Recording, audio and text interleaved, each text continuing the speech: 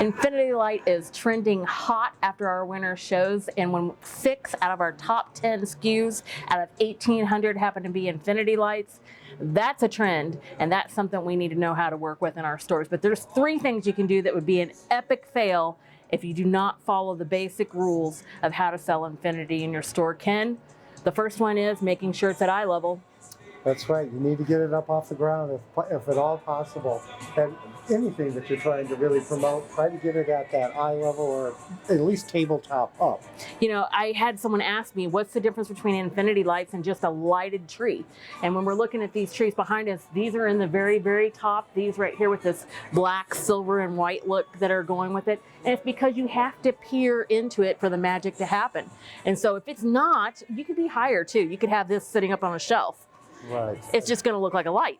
Exactly. And what makes them unique is the infinity effect that happens when you're at the right angle and those lights just continue to go on.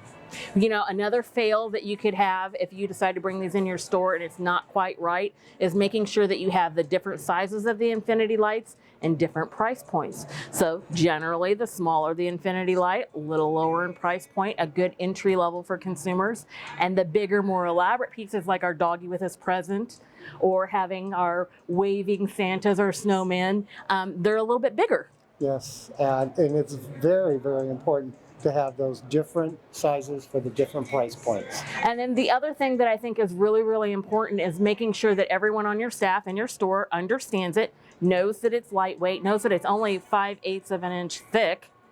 And the one epic fail you can make is to make sure to turn these things on. Yes, they don't sell themselves, they have to be lit, and that's where you have to make it happen. So make sure when you're putting these in your store, you're bringing in a variety of the sizes, you're putting them at eye level, and making sure that you always have your batteries to turn them on.